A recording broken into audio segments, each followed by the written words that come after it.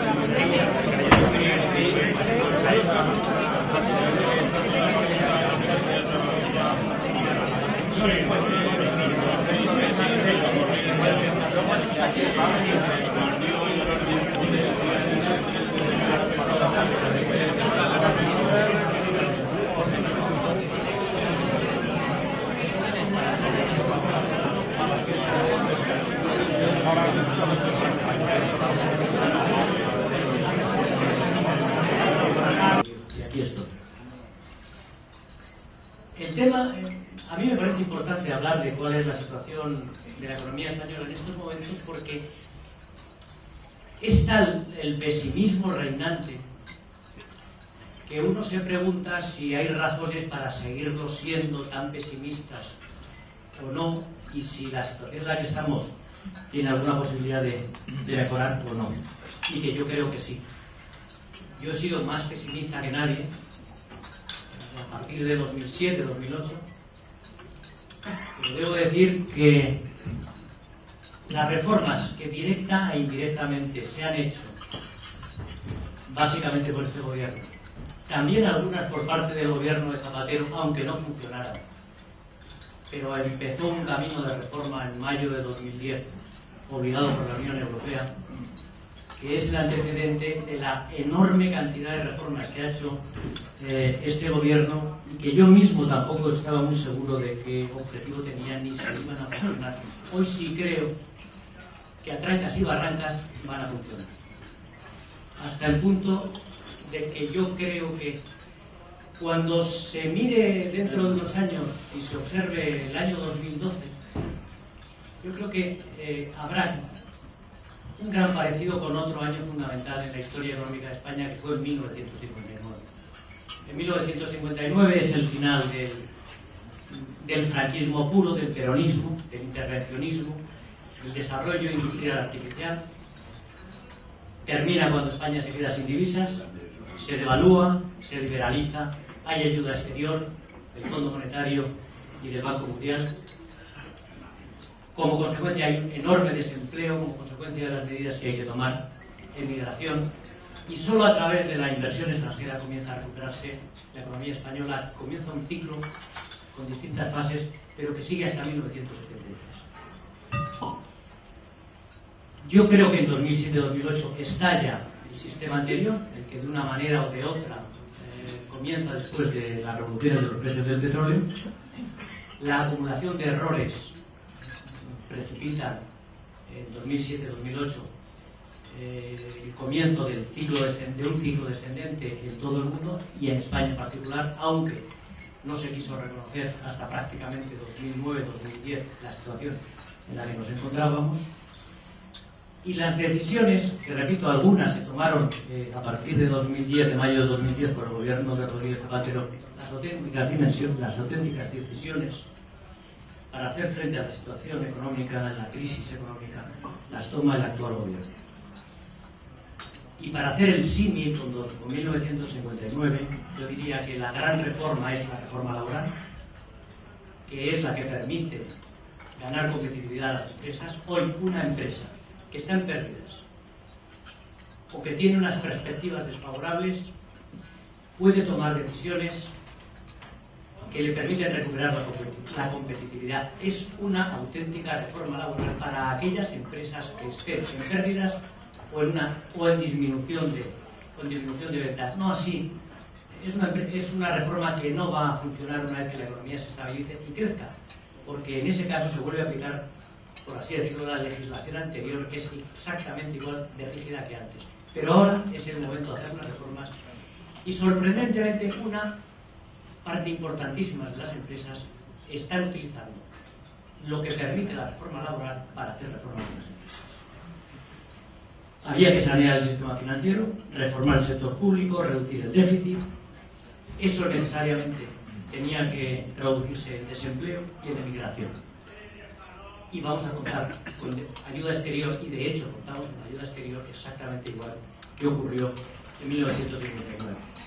La gran ayuda exterior de este año, sin lugar a dudas, ha sido la del Banco Central Europeo, que ha rescatado a España, que ha dado a nuestro sistema financiero 400.000 millones de euros al 0,75% de interés, que es lo que ha permitido en definitiva sobrevivir al sistema financiero desde hace aproximadamente un año y medio, además de capitalizarse, tener un margen en intereses que si no, no tendría de ninguna forma, combinado con un fondo de rescate que es precisamente hoy cuando se ha concretado los 42.000 millones de euros que va a recibir el sistema financiero español a través del fondo. Por lo tanto, ayuda exterior, claro que hemos tenido, y mucha, pero la más importante, la del Banco Central Europeo, a la que aparente, por alguna razón que yo desconozco, no se le da la menor importancia. Para entender el por qué está todo el mundo enfadado, yo creo que todo el mundo tiene razón para estar enfadado, porque no conozco a nadie al que no le hayan afectado las medidas del gobierno o la situación general. Los sueldos se han congelado o se han reducido, las inversiones rentan menos, los tipos de interés han bajado, los impuestos han subido, los alquileres han bajado, el valor de las propiedades ha bajado, el valor de las inversiones ha bajado. En esa especie de análisis, bueno, no sé muy bien cómo lo hacen. El Banco de España tradicionalmente hacía una valoración de cuál era la riqueza de los españoles, la riqueza propiamente, que es un fondo, no lo que se confunde actualmente con el PIB, que eso no es riqueza, eso es actividad. Siempre se valoraba en torno al 550% del PIB, porque decía, bueno, ahí hay 450, que es lo que vale el parque inmobiliario propiedad de las familias, 450% del PIB, y el 100% es aproximadamente las inversiones financieras. Bueno, pues ese 450% hoy vale 225 o 220. Por lo tanto, la riqueza de las familias ha pasado de ser 5 veces el PIB a ser 2 veces y media o 3 veces el PIB. Y eso, por supuesto, que afecta a los únicos a los que no ha afectado hasta ahora las medidas del gobierno, pues son realmente a los pensionistas y a aquellos que reciben pues prestaciones de desempleo. Y eso es nada más y nada menos que 150.000, 160.000 millones de euros en total, de un total gasto público del orden de 410.000 millones. Por tanto, es muy difícil seguir haciendo reformas sin tocar este tema. Pero eso es un tema que quiero destacar. Quiero destacar también que a todos los españoles, o a los residentes en España, desde el año 2007-2008 hasta hoy, se ha producido un descenso de la renta real o del gasto que las familias son capaces de hacer de aproximadamente el 20%. ¿Cómo se puede medir esto? Bueno, en 2007-2008 teníamos el mismo PIB que ahora. Llevamos prácticamente 5 años con el mismo PIB, con una inflación acumulada en torno al 10-12%, y además en 2007-2008 nos endeudábamos cada año en 100.000 millones. Por tanto, éramos capaces de tener ese PIB, pero además endeudarnos en 100.000 millones. Y ese 1,1 billones de euros, hablando en términos brutos, ajustados por la inflación, significa que realmente estaríamos hablando en términos reales de una capacidad de gasto de 900.000 millones frente a 1.100.000 hace escasamente 5 años. Una caída de la renta o de la capacidad de gasto del 20% se nota y mucho. Es un auténtica ajuste en los valores, en el patrimonio y en la renta y en las expectativas de las familias. Como estábamos en el euro, no hemos podido evaluar, y esa es la gran diferencia con 1959, y por eso ha sido necesario tomar las medidas tan difíciles que ha tenido que tomar este gobierno. Y han tomado muchas más medidas de las que yo creo que ellos son conscientes que han hecho. Yo creo que han hecho muchas más reformas de las que se imaginan. Cuando hablábamos de devaluación interior, como alternativa a esa devaluación de la moneda, yo tengo que decir que la devaluación interior se está produciendo, los salarios se están reduciendo, ciertamente en términos reales, está aumentando la presión fiscal, que es parte del ajuste. El esfuerzo fiscal es tremendo por parte de todos. Se ha producido la típica y la lógica reacción sindical ante la falta de recursos también, porque también las transferencias a los sindicatos se están recortando drásticamente y las reformas laborales les dejan sin un poder claro en un futuro. Ha habido reacciones populares lógicas ante el mal funcionamiento de los sistemas del sistema de partidos, y ha resurgido algo que ya estaba aquí, que era el nacionalismo en las regiones más ricas, en Cataluña y en el País Vasco, pero yo creo que sobre una base de un nacionalismo que siempre ha estado ahí, apoyado ahora en un sentimiento que han conseguido transmitir a la mayor parte de los residentes o de los habitantes de algunas regiones, como por ejemplo Cataluña, de que se les está explotando desde Madrid, no se sabe muy bien para qué. Pero eso yo creo que influye y mucho en ese sentimiento nacionalista que ahora mismo da la impresión de que es, si no mayoritario, por lo menos que afecta al 50% de la población. En definitiva, está el gobierno en una situación muy complicada, porque lo que tiene que hacer y lo que ha tenido que hacer es repartir la pobreza. Este es un país que ha estado funcionando con casi 21 millones de habitantes, 21 millones de personas ocupadas. Cuando termine la crisis va a haber 4 millones menos de empleos, aproximadamente. Y los 16, 17 millones de personas ocupadas tenemos que ocuparnos de 6 millones de parados y de aproximadamente casi 9 millones de pensionistas, sin muchos fondos de los que tirar esos pensionistas y esas personas que están desocupadas, lo cual significa que prácticamente 17 millones de personas tienen que cuidar de una manera o de otra de 15 millones de personas, y eso solo se hace en un momento determinado como este, subiendo los impuestos, y todos los impuestos, y eso es un reparto de la pobreza que no había más remedio que hacer. Y yo creo que, aunque es posible que haya habido excesos en la tributación directa, en la renta, el impuesto sobre la renta, me parece que probablemente era inevitable, dada la situación extrema en la que nos encontrábamos, tanto en el tema de pensiones como consecuencia de una política deliberada de Rodríguez Zapatero de subir las pensiones mínimas al margen de las complicaciones que se hayan producido a lo largo de los años, como del enorme número de desempleados. Y esta quizá es la mayor limitación de la economía. ¿Qué ajustes había que hacer en 2007-2008? Un ajuste en el empleo. En España se habían creado 5 millones de empleos artificiales. En primer lugar, el sector de la construcción, el sector inmobiliario, sector de servicios, sectores industriales dependiendo de ella, en la propia administración pública, que creía que tenía unos ingresos fijos derivados del crecimiento desmesurado del sector inmobiliario, y eso al final lo que produjo fue una llegada de 7 millones de personas a España. Nosotros nunca habríamos tenido los problemas que tenemos si no recibimos en 8 años 7 millones de personas de España.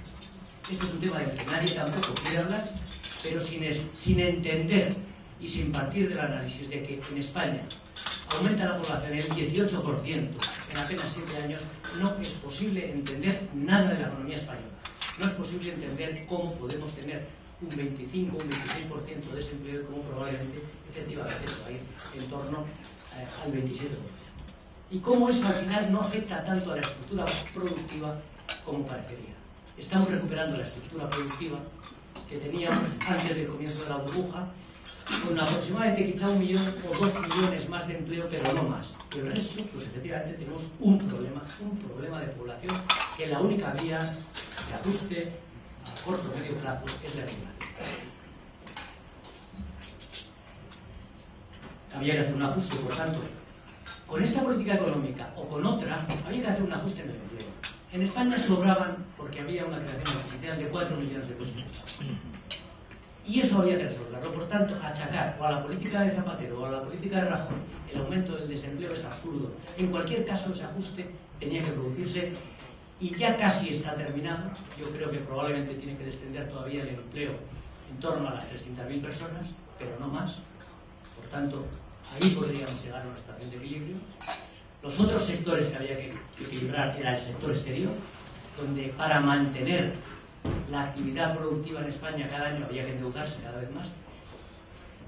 100.000 millones durante muchos años, el 10% del PIB. Este año, yo creo que ahí se equivoca la Comisión Europea, el Fondo, que creen que España va a tener un déficit por cuenta corriente, que lo que mide de verdad es la capacidad de endeudamiento adicional del país. Pensaban que, y siguen pensando que España va a tener un déficit del 2,5% del PIB, alrededor de 30 millones de necesidades de financiación externa acumulada a la anterior de 30.000 millones de euros. Yo creo que nos vamos a quedar en torno a 10.000, 12.000. Por tanto, este año nos vamos a quedar en el 1%. Y por tanto habremos hecho el ajuste, primero al empleo y segundo en el endeudamiento exterior. No necesitamos más endeudamiento exterior. Y el ajuste que hemos hecho en el sector exterior es mucho más importante que el que ha hecho prácticamente ningún país de nuestro entorno. España vamos a tener este año un déficit quizá del 1 y pico % en la balanza por cuenta corriente, mientras Francia lo tiene del 2, Italia del 2, Portugal del 4, Grecia del 9, el Reino Unido del 5. Estamos hablando de que los países que nos han acompañado, Estados Unidos del 5, que los países que nos han acompañado en la burbuja, al final se están ajustando, parece mentira, pero mucho más despacio que nosotros. Nosotros vamos a ser, junto con Irlanda, los primeros que vamos a tener un superávit de balanza por cuenta corriente, lo cual significa que lo único, que aunque tenemos una enorme deuda exterior, pero que lo único que hay que hacer es renovar la deuda, y es muy distinto ir al banco y decirle, quiero renovar la deuda para mantener el negocio, para mantener el negocio tengo que endeudarme cada año más. Y yo creo que es una diferencia fundamental, que todavía no se nota a nivel de financiación exterior, pero que se notará. Por tanto, este era otro ajuste que había que hacer, y se ha hecho. Y luego quedaban dos ajustes fundamentales derivados de los excesos de la expansión que empieza en el año 98, con la entrada en la Unión Monetaria y termina en 2007-2008. Había que hacer ajustes en los otros sectores que, digamos, que tenían problemas. ¿Cuál? El sector financiero, que había concedido los créditos equivocadamente y que de hecho estaba quebrado en 2007-2008. Y en el sector público, que ha crecido desmesuradamente pensando que tenía más ingresos de los que hoy podía tener a medio plazo. Luego entraré en más detalle, pero yo creo que lo más importante que ha ocurrido en 2012 es que el sistema financiero va a terminar el año saneado, básicamente. Yo creo que vamos a terminar el año, y eso empezaremos a reconocerlo, o se empezará a reconocer hacia marzo, abril de 2013. Nadie se lo quiere creer, y menos fuera de España, pero aquí tampoco. Pero creo que vamos a tener una situación en la que habremos sido capaces, en un periodo de saneamiento que empieza en 2008, o sea, no es un tema solo de este año, habremos hecho provisiones para hacer frente a todo el riesgo inmobiliario, y básicamente cubierto. Este año van a aumentar las provisiones en 70.000, 80.000 millones de euros, pero es que al final del año va a haber 190.000 millones de euros en provisiones solo para el sector inmobiliario y construcción. Al mismo tiempo, el sistema financiero tiene que cubrir esas provisiones obligatoriamente, como consecuencia de los planes GIN 2.1 y GIN 2.2. Al mismo tiempo tiene que cumplir las obligaciones que impone la Autoridad Bancaria Europea, y es terminar este año con un 9% de capital. Tiene también que cumplir con condiciones derivadas todavía de Basilea II y el comienzo de Basilea III. Entonces, la suma, la combinación de tener que cumplir este año el 9% del capital, de tener fondos suficientes para aguantar una crisis tremenda, que es lo que subyace en el informe de Oliver Wyman, que ahora nos asustamos de que parece que el año que viene quizá la reducción del PIB va a ser el 1,4, el 1,5, según unos, es igual lo que piensen unos u otros. Oliver Wyman ha pensado, y sobre esa base ha calculado unas pérdidas del sistema financiero sobre lo que tenía en balance a finales de 2011 de 270.000 millones de euros. ha pensado que es que en la posición extrema España iba a reducir entre 2012, 13 y 14 el 6% del PIB, lo cual significaría, si este año se reduce el 1,4, el año que viene tendría que ser por lo menos el 3,5 o el 4 para más o menos estar en equilibrio en 2014. Y eso no vamos a tener una crisis tan gruesa, lo cual significa que no vamos a tener tantas pérdidas en el sistema financiero, lo cual significa que va a haber un exceso de capital que va a empezar a notarse probablemente también a mediados de El sistema financiero español, cuando termine este año y empiecen a publicarse los datos a partir del mes de febrero o marzo, se va a encontrar con un sistema absolutamente transparente, todo saneado, con una capitalización que es capaz de llegar al 9% individualmente todos y cada uno de los bancos que sobrevivan, que ya han sobrevivido en la práctica, y una capacidad de aguantar un capital del 6% si España reduce el PIB en esas cifras tremendas de las que hemos hablado. Y eso al final se traduce en unas pérdidas de 270.000 millones de euros. Los analistas españoles y extranjeros se escandalizan cada vez que se publica la cifra de mora del sistema financiero español. Ya estamos en el 10,7%. Bueno, el 10,7% de mora significa que hay aproximadamente en riesgo sobre, digamos, créditos sobre los que no se está pagando intereses en torno a 180.000 millones de euros. Una cosa es la mora y otra cosa es la pérdida definitiva. Desde 180.000 millones de euros, que es lo que está en mora ahora mismo, hasta 270.000 millones de euros de pérdida, hay un gran trecho que nunca vamos a llegar ahí. Pero incluso si llegáramos a perder esas cantidades, esa cantidad está cubierta, va a estar cubierta hoy en el balance de los bancos a finales de este año. Y eso se conocerá a finales de este año. Esa era una reforma fundamental porque sin ella no había crédito. Este año es imposible que los bancos den ningún crédito. Yo creo que estamos en el peor momento de la crisis. Los bancos tienen que atender a aumentar el capital y o aumentan el capital o reducen el resto del balance, que es lo que están haciendo ambas cosas. Los bancos tienen que hacer provisiones, los bancos tienen que tener también coeficientes de liquidez aumentados a los que les obligan las distintas autoridades y todo el mundo interviene en este tema. Pero esa fase termina, el grueso del ajuste termina a finales de este año. El año que viene, si todo va mal, es posible que el sistema financiero español tenga que hacer nuevas provisiones sobre las que ya tiene en el peor de los casos, pero serían provisiones de 10.000 millones de euros, 5.000, 10.000, no mucho más, frente a los 70.000, 80.000 que ha tenido que hacer este año, y además, repito, que va a sobrar capital. Por tanto, no estamos ni mucho menos en una situación extrema. El propio informe de Oliver Wyman valora en torno a los 25.000, 28.000 millones de euros de beneficio, la capacidad de generación de beneficio del sistema financiero en estos años de gran dificultad. Y no tiene en cuenta el que hay casi 400.000 o ha habido 400.000 millones de euros financiados por el Banco Central Europeo al 0,75% precisamente para dar a la banca recursos, para primero atender a los problemas de liquidez y en segundo aumentar su rentabilidad. Y por tanto creo que esta situación del sistema financiero, que será nueva una vez que se consolide, una vez que todo el mundo se convenza de que es así, de que no hay trampas, de que cómo es posible que España en definitiva solo haya necesitado del exterior 40.000 millones de euros de financiación del fondo de rescate, con los problemas tremendos que había aquí, porque eso solo es el 3,6% del PIB. En Irlanda la ayuda externa para el sistema financiero ha sido el 40% del PIB. Los franceses y los alemanes se han gastado ya en torno a un 10-12% del PIB. Aquí hay que recordar algo que se nos olvida, y es que el sistema financiero español es el más eficiente, el más moderno, el más rentable de todos los sistemas financieros europeos. Lo que ocurre es que estaba oculto en una montaña de deuda, de malos créditos y unas pérdidas que le habían supuesto en 2007, realmente si hubieran calculado en ese momento cuáles eran las pérdidas del sistema, simplemente estaríamos en cero capital.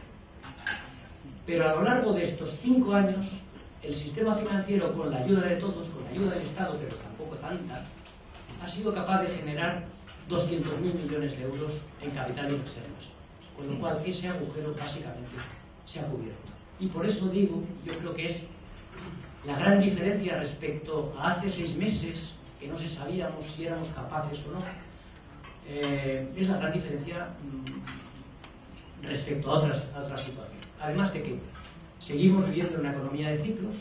Un ciclo termina cuando la banca ya no puede más, cuando las pérdidas se comen sus fondos propios, y el ciclo se reanuda en la parte alcista cuando la banca tiene recursos y empieza a prestar. Y yo creo que estamos, y vamos a estar a mediados del año que viene, en esa parte de la economía, en una situación completamente diferente a la que hemos estado en los últimos 2 años, y sobre todo a la que hemos estado y seguimos estando ahora. Porque no vamos a ver la menor relajación en la situación financiera hasta que definitivamente se consigan esas reservas, esos capitales y esas inversiones. Y el otro sector que tenía que hacer el gran ajuste es el sector público, que no lo ha hecho en parte, pero en parte sí. El sector público siguió, como sabéis todos vosotros, siguió empleando personas. Entre 2008 y 2011 pues empleó a 300.000 personas más de las que tenía. La crisis era ajena a ellos. Y aquí sí que las decisiones de este gobierno, que no se notan, por así decirlo, porque no ha tocado la estructura de la organización territorial del Estado, no se ha metido en modificar las competencias de cada una de las administraciones, las relaciones entre ellas, ha tomado una serie de medidas que yo creo que están siendo eficaces. El año pasado terminamos con el 9% de déficit público. Cuando a alguien se le diga que este gobierno, si finalmente es capaz de hacerlo, termina el año con el 6,3% de déficit público, con una caída del PIB del 1,4%, diría que es absolutamente imposible.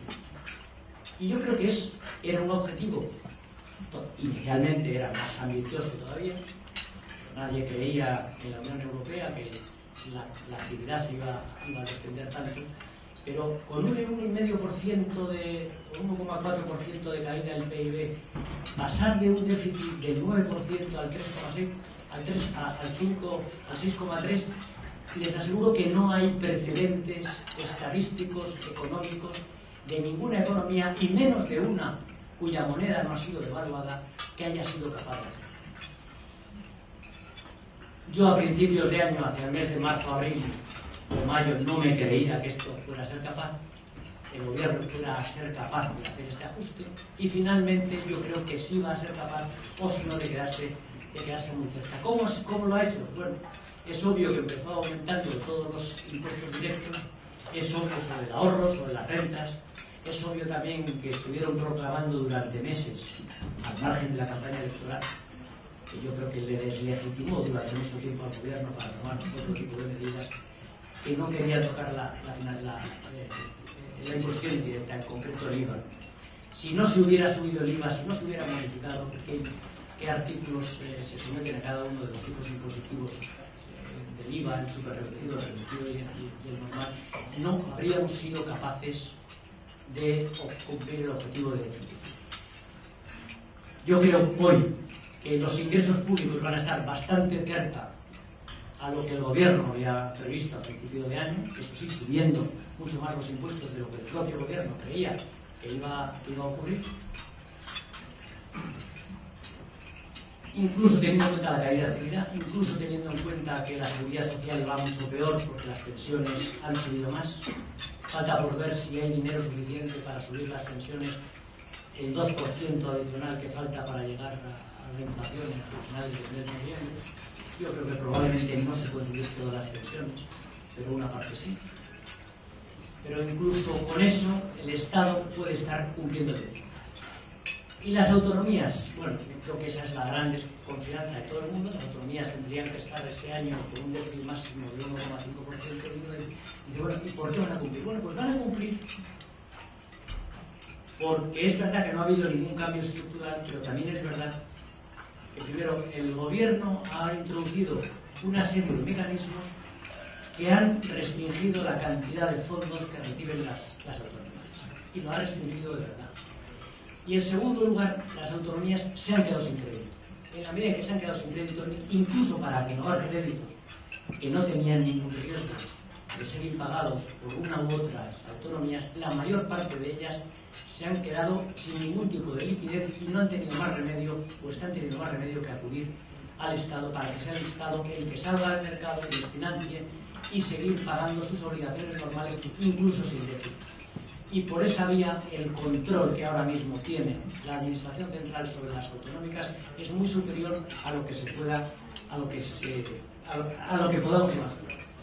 A principios de este año, de 2012, no había ni siquiera un organismo dentro de la Administración Central que recogiera los resultados de los presupuestos de las autonomías o incluso de los ayuntamientos.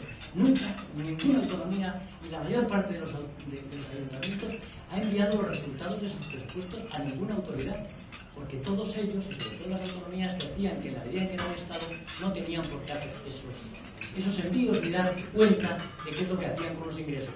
Ingresos que se reciben en un 80-90% en la mayor parte de las autonomías por transferencias directas del Estado que se encargan. Hoy existen los mecanismos de control.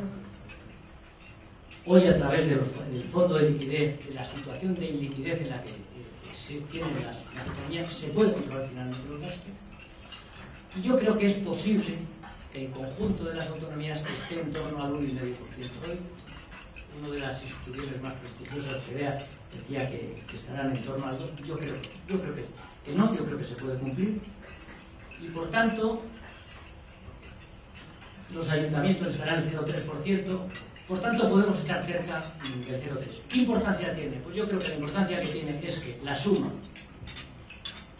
de una reforma laboral que es de verdad, de una reforma del sistema financiero que le ha permitido sanearse, recapitalizarse, hacer provisiones, y la ayuda del Banco Central Europeo que está ahí para dar la liquidez si se necesita. Y un sector público que es capaz de controlar sus cuentas cuando parecía que era imposible que lo controlara. Yo creo que si todo eso se produce y falta por ver, efectivamente, el final del proceso, yo creo que la situación, la imagen de España frente a los propios españoles y en relación con el exterior va a cambiar radicalmente. Nadie se lo creerá en un principio, pero al final las cifras están ahí y las cifras calarán. Y lo que va a ocurrir es que la prima de riesgo se va a situar rápidamente en 300 puntos o algo parecido, y la banca va a tener menos dificultades para financiarse, no va a tener que acudir tanto al Banco Central Europeo, y a partir de un momento determinado podrá haber crédito en condiciones un poquito más favorables, siempre que, repito, y esa es la única gran duda que todavía queda, siempre que el sector público cumpla con sus objetivos y con sus obligaciones, que es controlar el dinero. Yo creo que la declaración más importante de política económica del gobierno en los últimos 6 meses ha sido una declaración de hace 2 días de Cristóbal Montoro, que dijo que España no necesita, ni quiere, ni pide una relajación del objetivo de déficit, que España es capaz de cumplir este año con el 6,3 y el próximo el 4,5, y por tanto no necesita ni la posición del Fondo Monetario, que dice que no hay que ajustar tanto, que hay que dar más tiempo, ni la posición de la mayor parte ciertamente de los economistas socialdemócratas, pero también de la mayor parte de los gobernantes europeos, bueno, no del Banco Central Europeo, que no opina sobre este tema, sí, por ejemplo, el presidente de la Reserva Federal, que permanentemente es de los que pide tiempo para que se ajuste el déficit. Y ajustar el déficit significa acumular deuda. Y el problema, lo que mata a los países a largo plazo es la deuda. España no puede permitirse un año más de crecimiento de la deuda como el que ha tenido. Estamos al límite. El año que viene vamos a terminar el 90% del PIB, pero es verdad que posteriormente, vendiendo una serie de activos, se puede volver a reducir ese 90 al 80% con un crecimiento más o menos normal. Pero pasar del 90% para cualquier país es una locura. Venimos de un 38, esa ha sido la crisis, pero yo creo que ahí puede terminarse la crisis. Falta por tomar decisiones, por supuesto, posteriormente, de otro calado distinto, político, de cambio constitucional, de relaciones territoriales, pero eso vendrá con una segunda fase. Yo creo que ahora mismo estamos en la fase de terminar el ajuste fiscal. Este año, solo he puesto ahí un cuadro. No me gusta poner cuadros, pero yo creo que cuando uno dice, bueno, ¿en qué se atrasó? ¿En qué ha cambiado la economía española? Que no ha cambiado nada. Bueno, ha cambiado muchísimo. El cambio estructural de la economía española ya se ha producido en gran parte. Primero, algo que aparece ahí, que no aparece ahí, es que España en 2007 se endeudaba en 100.000 millones de euros adicionales para mantener ese nivel de actividad, para lograr el 1.053.000 millones de euros. Hacía falta endeudarse en 100.000 millones de euros anuales. Este año vamos a tener prácticamente el mismo PIB sin endeudamiento exterior o con 10.000 millones.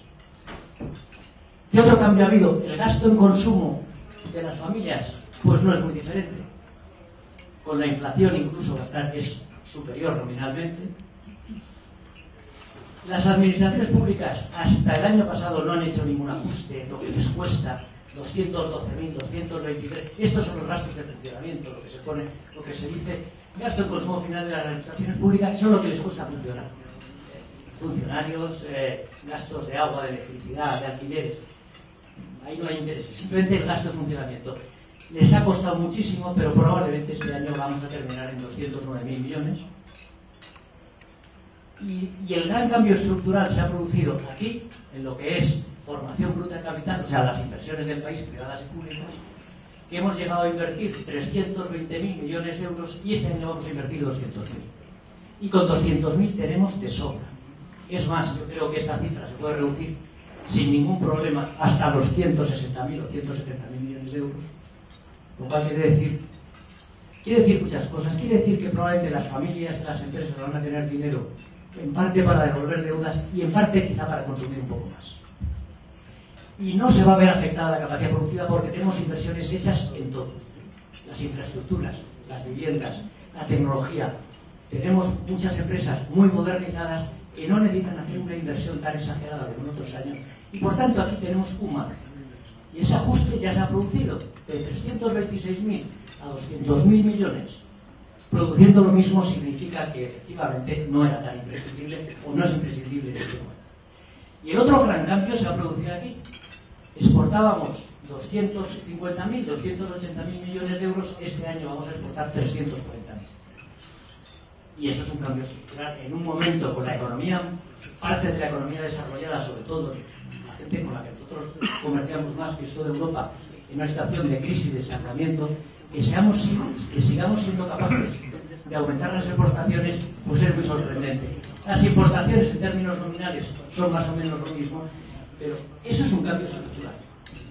España es un país que hoy exporta el 31, 32, 33% del PIB y venimos de un 25, 26. Eso es un cambio estructural en 5 años. Lo que ocurre es que no es un cambio sostenible si no hay financiación. Porque las empresas saben que exportan y siempre que exportan los márgenes son muchísimo más reducidos y cuando todo es exportación hay un momento que te quedas sin margen. Y si te quedas sin margen y además la financiación o no existe o es excesivamente cara, entonces las empresas empiezan a suspender pagos, incluso aquellas que son solventes y tienen garantía de pago. Por eso estamos al final de la fase, estamos al final del ciclo en todos los sentidos. También desde el punto de vista empresarial, que tampoco las empresas, el conjunto de las empresas son capaces de aguantar mucho más la situación en la que nos encontramos.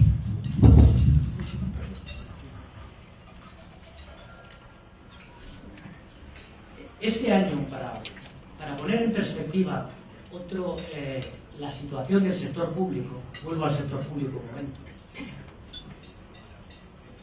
con toda la subida de impuestos que ha habido, y todos se han subido realmente, el Estado va a recaudar este año probablemente en torno a un 36%, va a recaudar, es un poco más, 360.000 millones de euros. Con los impuestos mucho más bajos, hace 5 años recaudaban 420.000. O sea, a pesar de las subidas de impuestos, recaudamos mucho menos, porque es que hay mucha menos gente trabajando, hay mucha menos actividad. y sobre todo toda una parte sustancial de los ingresos públicos tenían que ver con el sector inmobiliario, el sector de la construcción y las transacciones que se hacían en torno a esta actividad, más la actividad generada en los otros sectores, pero dependientes del sector de la construcción. Por tanto, haber pasado de ingresar 410.000 millones de euros a ingresar 360.000 después de subir todos los impuestos, yo creo que nos da un índice de hasta qué punto no había más remedio que hacerlo. Porque mientras tanto el gasto público, que estaba antes en 380.000, se ha ido a 410.000 o 420.000, sobre todo por el gasto del desempleo, que ahí hay 30.000 millones de euros que antes no había, y por el gasto en las pensiones, que está disparado también, porque hay mucha gente que se ha jubilado, y porque el regalo envenenado que nos dejó Rodríguez Zapatero fue un sistema de pensiones en las cuales los promedios y las pensiones bajas habían subido exageradamente. Si esto se le dice a alguien que las pensiones han subido excesivamente o que las mínimas son demasiado altas, pues me imagino que se van a tirar una piedra o varias, pero yo lo que invito a todos y a cada uno es a que comparen lo que han cotizado a lo largo de toda su vida, cualquiera de los que aquí estamos, y el dinero que supuestamente van a recibir en pensiones siempre que vivan en promedio 15 años, una vez jubilados, uno se jubila a los 65 años, que creo que es una situación bastante normal hoy, eso es lo que dice la situación de la esperanza de vida, más añadido a la pensión de viudedad, si es el hombre el que trabaja y todavía el que tiene la pensión, y eso todavía es la situación general, porque los pensionistas básicamente son principales son hombres más viudas, lo cual significa que a lo mejor se ha estado cotizando 30 años o 35 años, con promedio ¿qué? Un 20, un 30% del salario, y después pasamos a una situación en la cual empiezas a recibir una pensión que la vas a recibir durante 20 años a una pensión que es bastante equivalente al salario medio actual, en torno a 1.000 euros, que es la media de las pensiones medias actuales, durante 20 años o 15 años, más una pensión de viudedad que es muy inferior en un 40% a la pensión principal durante por lo menos otros 5 o 7 años, teniendo en cuenta las diferencias en las edades promedios en las que uno se casa y la mayor longevidad de la mujer. Entonces no hay manera de cuadrarlo prácticamente ningún pensionista, aunque haya cotizado 40 años, por el máximo tendría derecho a la pensión que hoy recibe, ni siquiera las más altas y ciertamente tampoco las más bajas. Este es un cálculo que no se quiere hacer porque es muy duro el decirle a todo el mundo que es que las pensiones públicas no son suficientes y que tendría que haber ahorrado. Es verdad que en España sí se ha ahorrado, lo que pasa es que el ahorro se ha dedicado a la compra de la vivienda. Bueno, y esa es la gran diferencia con otros países, que aquí una parte sustancial de los pensionistas es dueño de su casa y la vivienda la tienen ya pagada, y eso cambia muchísimo el panorama. Pero bueno, quiero deciros que la situación del sector público es mucho más compleja de lo que parecía, y por eso no había más remedio que subir los impuestos, todos los impuestos, durante al menos un tiempo, y que yo creo que el sistema actual de pensiones y la forma de calcular las pensiones y de revalorizarlas no es sostenible. Y solo en relación, un segundito, para no aburriros más.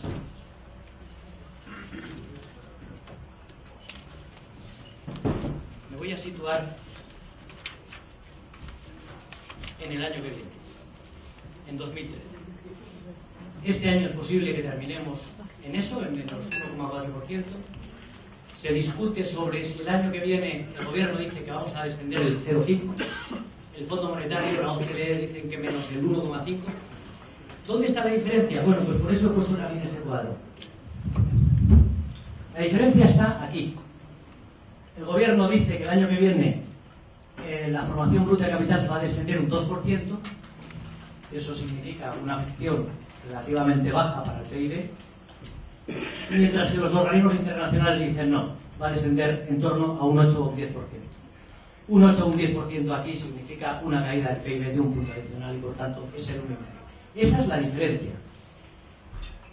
Yo creo que va a ser una situación intermedia porque yo creo que efectivamente la formación de capital va a ser más baja. Yo creo que sí va a descender el 10%, pero en cambio el consumo, que el propio gobierno dice que va a descender el 1,4%, yo creo que quizá no va a descender el 1,4%, porque yo creo que la situación de la balanza de pagos, de superávit de la balanza por cuenta corriente, significa que va a empezar a haber ahorro suficiente para cubrir todo el déficit del Estado, más posibilidad de devolver una parte de las deudas al exterior, más la posibilidad de consumir algo más. Y por tanto, a lo mejor a partir de medio año, la situación del consumo no está clara, ni mucho menos, con lo cual estaríamos en una situación intermedia entre lo que dice el gobierno y lo que dicen todos los organismos internacionales y prácticamente todos los analistas.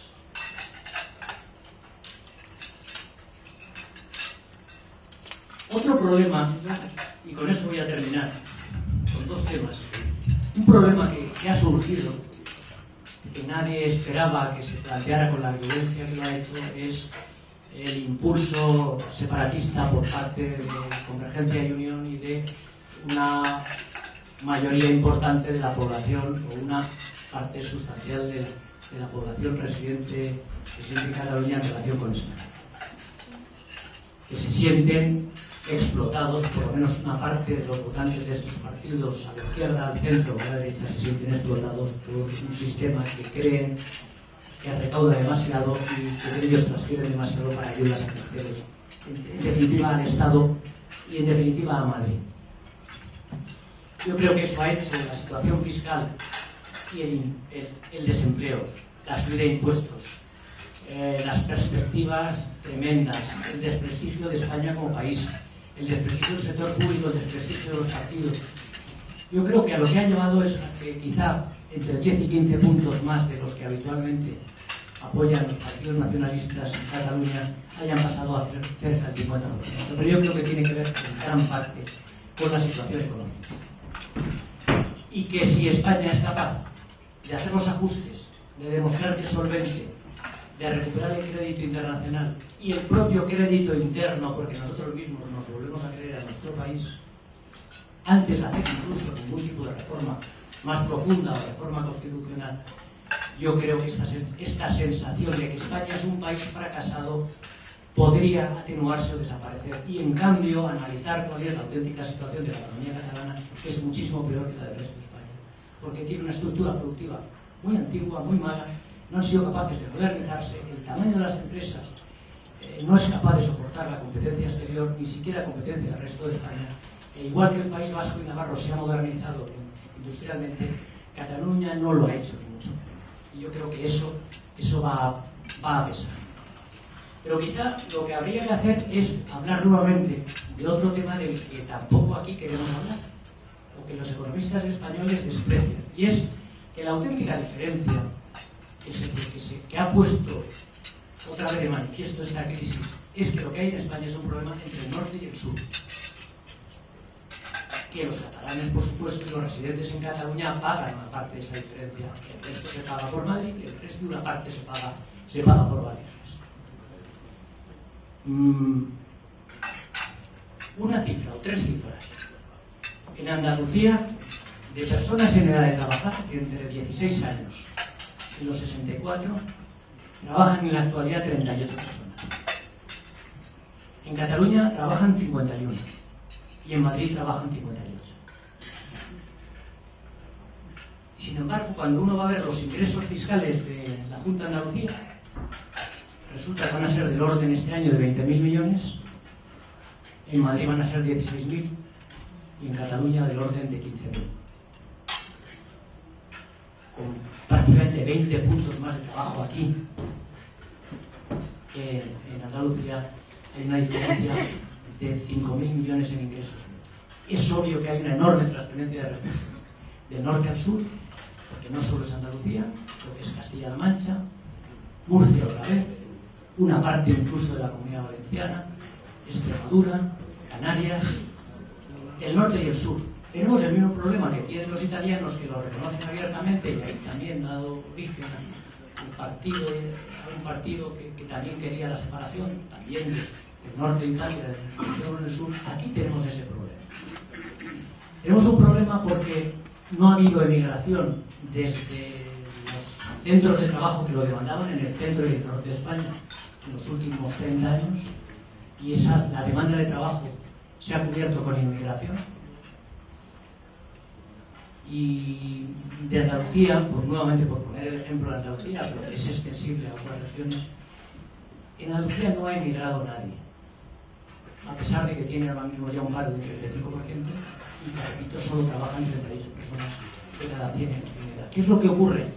Yo creo que el sistema autonómico lo que ha servido es para ocultar un sistema de transferencias de rentas fundamental del norte al sur, de personas que ahorran y que pagan sus impuestos y que trabajan en el norte, a personas que no son capaces porque no hay actividad suficiente para emplearlos en el sur. Y este es un tema del que nadie habla. Quizá el que ha hablado más claramente sobre este tema sin quererlo fue Griñán cuando tomó posesión como presidente de la Junta de Andalucía, que dijo que el mayor éxito de la Junta de Andalucía desde su creación hasta que a él le hicieron presidente fue que de Andalucía no había emigrado nadie hacia el norte. Eso no se ha producido y hemos terminado con 7 millones de inmigrantes que, pobrecillos, que muchos de ellos han llegado aquí, han intentado hacer su vida, unos lo han conseguido y otros hacer su vida y otros muchos no lo han conseguido. Por tanto, es un problema general. Es un problema que no podemos, yo creo que no debemos ocultar, porque las reivindicaciones catalanas tienen que ver con esas transferencias. Tienen que ver con que efectivamente quizás son excesivas, sin lugar a duda son excesivas. Y para que, una vez hechos todos los ajustes a los que he hecho referencia anteriormente, España pueda volver a crecer y crear empleo, ¿qué es lo que hace falta?